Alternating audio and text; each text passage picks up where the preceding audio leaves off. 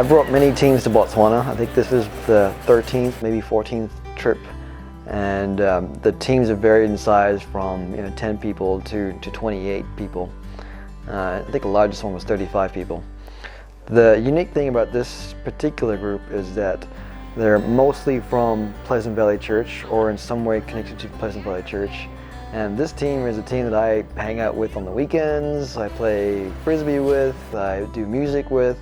And so from my side, it's almost like just hanging out with my friends and going on our adventure holiday with friends to another side of the world.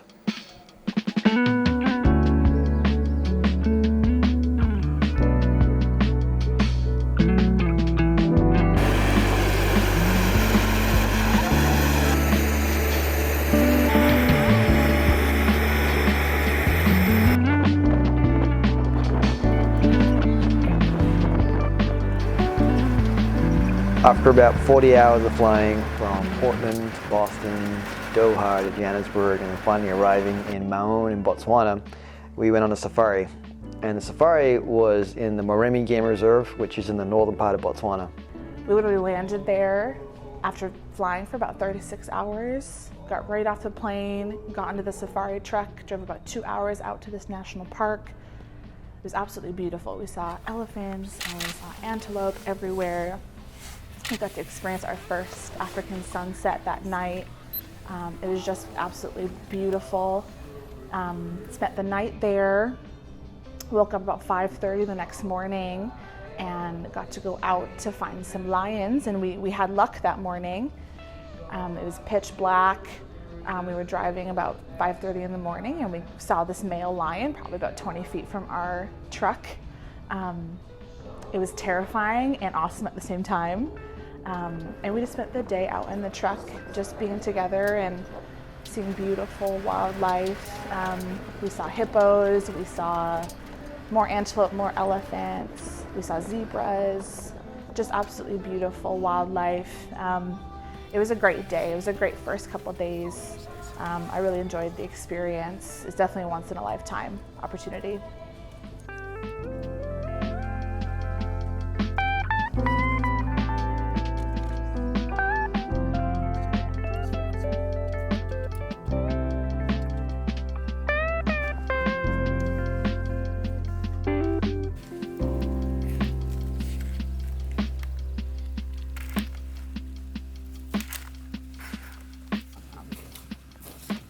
We were really well looked after by our local guides on the safari, and they set up the tents before we got there, and they set up a well spread of meal, and then they told us stories around a campfire.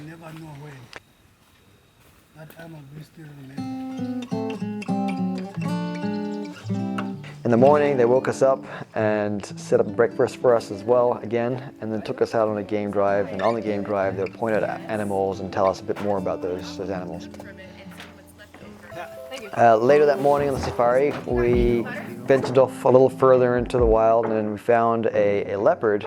And the leopard had a kill. It was an impala, and it actually dragged it up in the tree. So it was really, really cool to see this leopard walk across the road, get some water, and then walk back up to this tree and climb up this tree to its kill. And I think it had a little bit of a meal there off its leg.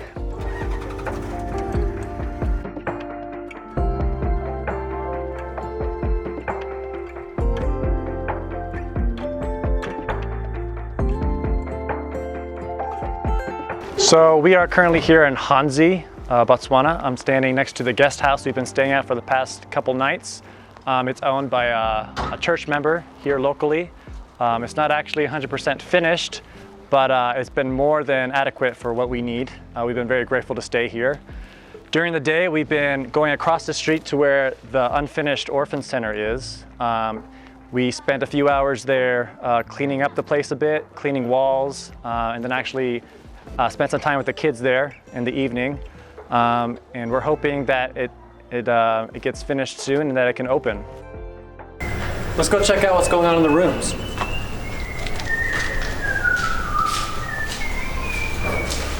Here's my friend Komar. Hey there, how's it going? Welcome to our humble abode, or at least our temporary one. And go ahead and show you where we're staying. Welcome to where all the lovely men are staying. Got 4 nice beds here. As you can see, these blankets are nice and thick for the cold nights. Cedric's staying here. Komar, myself is over there. Elijah, Ryan. As you can see, it's not quite finished yet. We're actually got newspapers here covering the windows for privacy. So very cool. And I'm going to show you where the ladies are staying. Let's go check it out. Here our friend Rachel will take you ahead. Welcome. Let me show you the lovely ladies' living quarters. As you can see, we have random shelves. Oh, and no electricity. Come follow me. And my lantern. We have 1 bed here for Susie.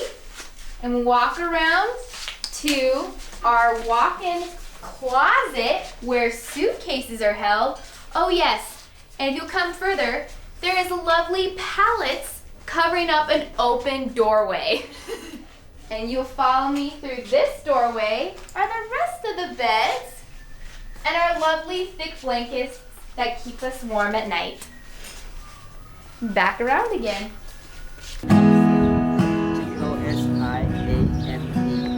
Hosiane.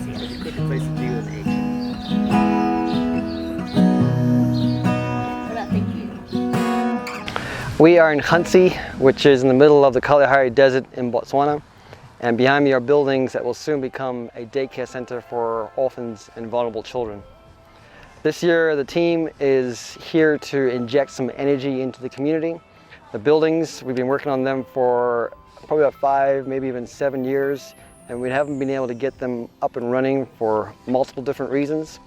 But this year we're trying to inject some energy, and we're going to engage local contractors to try and finish up the building to make sure that we're ready to go to get some kids in here and get them looked after.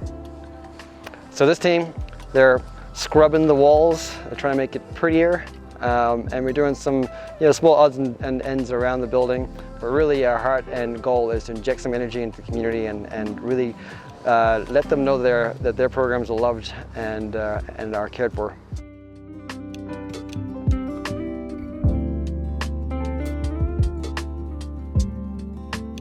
We're here at the Orphan Center, and Komar and I are working on scrubbing, we think it's pencil off the walls, but it's on there really good. So it's taking a lot of elbow grease, a lot of scrubbing. We're trying to be really careful of the paint because some of the paint runs, so we have to be really precise and careful where you're scrubbing. We're just having a good time. Yeah, and I'm just basically doing the same job as her, only better. What? So yeah, we're having a good old time scrubbing these walls clean. So we're over here at the other building, scrubbing some more doodles off the wall. And like Kylie was telling earlier, we have to be careful about when we're scrubbing that we're not taking the paint completely off. But luckily, the black stuff is coming off pretty easily and still leaving some paint left behind on the building. So hopefully, not sure if we're painting today, but at least getting the walls scrubbed and cleaned up for some energy and excitement to open up this place again. Fun fact, it seems a circular motion of scrubbing does a better job at taking the ink off. True, it does.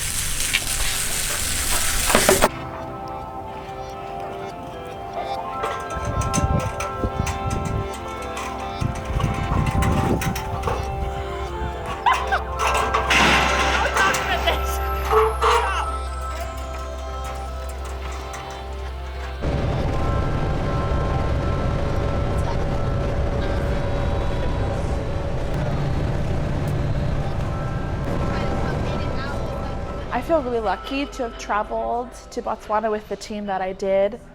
A lot of these people are my friends. A lot of them are a part of the community that I'm a part of. So I think having that basis of friendship just made for such a positive team dynamic, very supportive, a lot of fun. I think when you travel overseas on a trip like this, having a good team behind you really does make all the difference.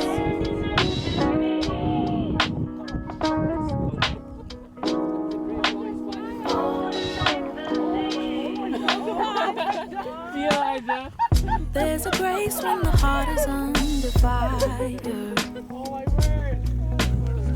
Another way when the walls are closing in.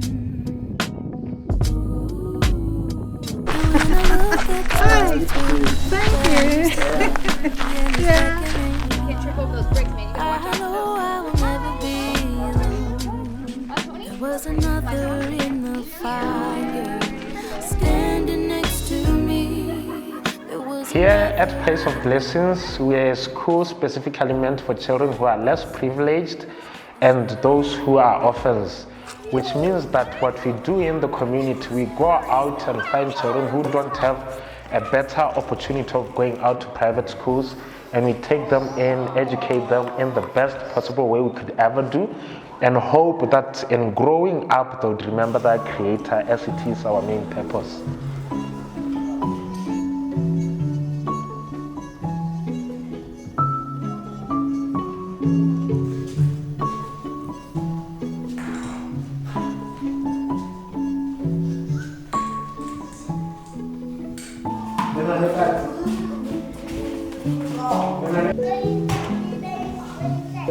You see, when God said the kingdom of heaven is of such as one who has a personality of a kid, wasn't playing around. You see, working with kids builds up the patience, the long suffering, the endurance. All the little things that are taken up by growth are reinstalled into your body and into your character as you work with kids.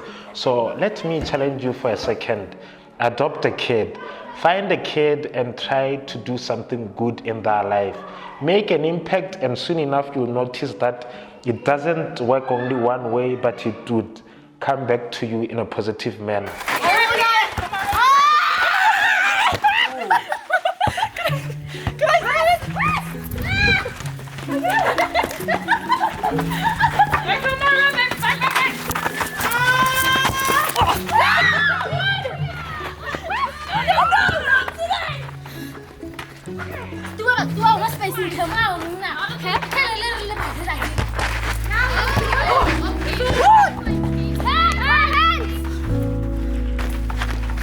Maybe not. There's the camera.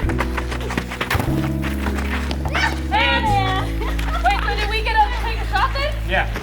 Who's taking the shot? Easy! Easy!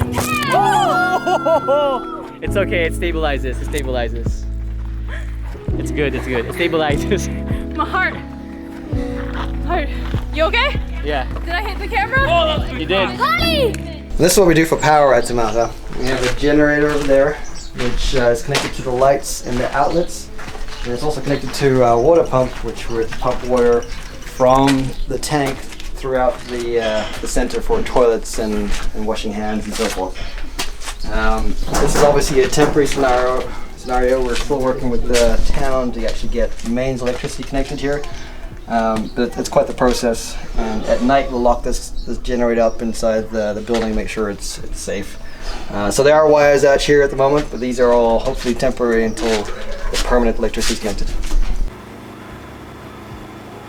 We have a water tank over here, and effectively we buy water from the village, and they come with a truck and a big barrel of water and a pump, and they pump water into here, fill up the tank, and that gives us enough water for possibly a month, maybe a bit more. In addition to that, what we try to do is when there is town mains water, we'll top up the tank. Again, that's all like 9 p.m. to 2 a.m. But to try and make sure there's enough water throughout the day, we definitely use truck water as well. Like Ryan said, getting water is kind of a chore. They have to bring it in a truck and put it in that big green jug. So when we take showers, if we want a hot shower, we have to come over here to the fire. And there's a nice guy who's usually keeping the fire going for us, keeping the water refilled. And we grab one of these buckets and we just bring it on over here. And we get a couple scoops of hot water. The trick is to get enough hot water so that you have enough for your shower, but you have to leave enough room for the cold water also. So we use this scoop right here. Is an option, and then the water in the pot, and we just grab a little bit. put it in our bucket, and take it back to the bathroom with us.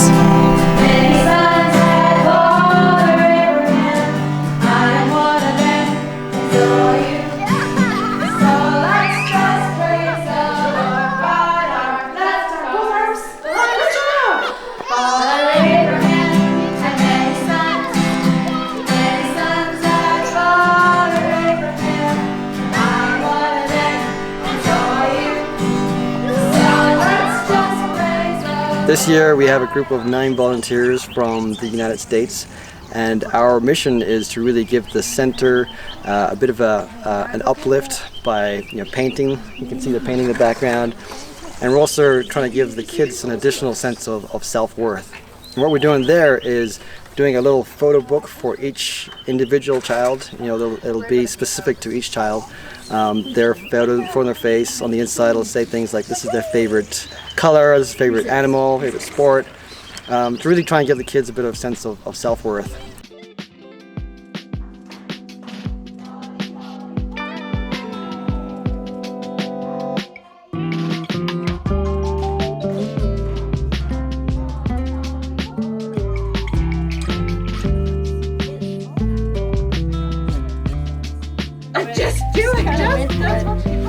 Yeah, I'm like, no, I think this is where God wants me to be, so I'm doing it. Oh, cool. Where did you go to school? We went to Southern.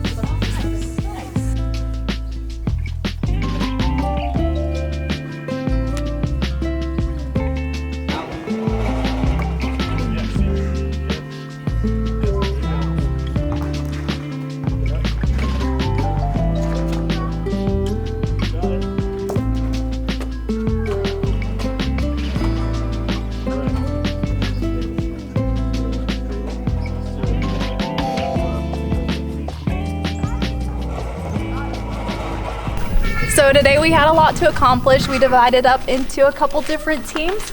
Right here on this building, this is me, Kylie, and Andrea. We are working on the kitchen, put on the primer coat yesterday, and today we're just working on that top coat. So, Got Elijah here. And Komar, and Ryan are actually over there working on one of the classrooms. They put on primer yesterday, working on that top coat. They're really close to being done. One of our other teams is actually just hanging out with the kids. So Andrea is actually right here working on that right now. And Rachel and Susie are doing that as well. You can tell the bubbles are a huge hit. This building over here is one of the dormitories. So this is where us girls are staying. The guys are over there. And Komar is just working on giving it a new coat of paint, new life. Doing great, Komar.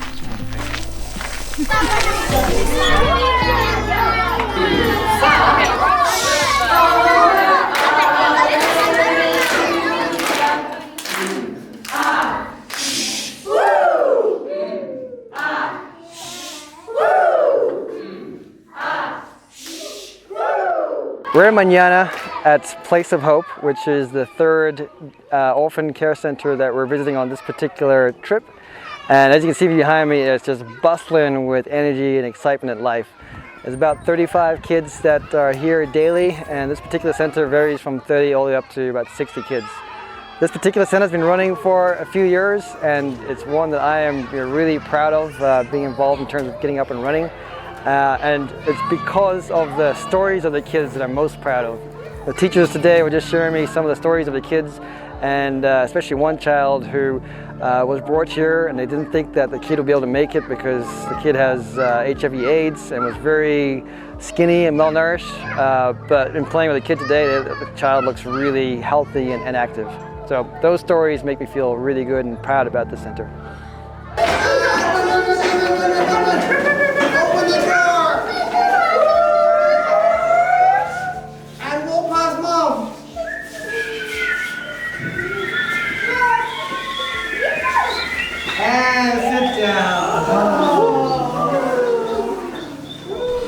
A few years ago, my mentor asked me, Ryan, what gets you out of bed in the morning? What motivates you to get going? And I rambled off some random answer, and he said, Ryan, what gets me going is the question of when it was the last time you did something for the first time. And as I thought about it more, it really really resonated with me. And what he's really saying is the feeling of adventuring on and exploring new things and exploring everything that this world has to offer. You know, it's fullness of life. And if I think a little further on that, I feel that the charity work I've been doing over the last 10, 14 years has really resulted in a strong part of my fullness of life, my sense of adventure, my sense of purpose.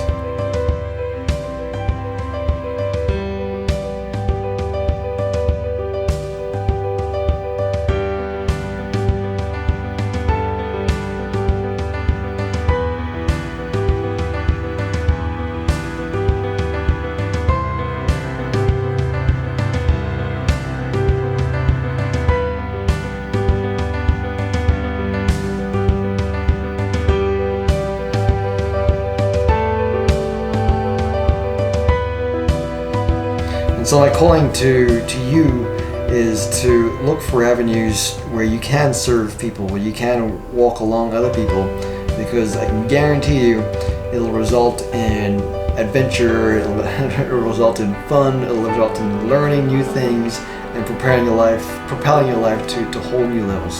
So my challenge to you is to get out there and serve others and result in fullness of life.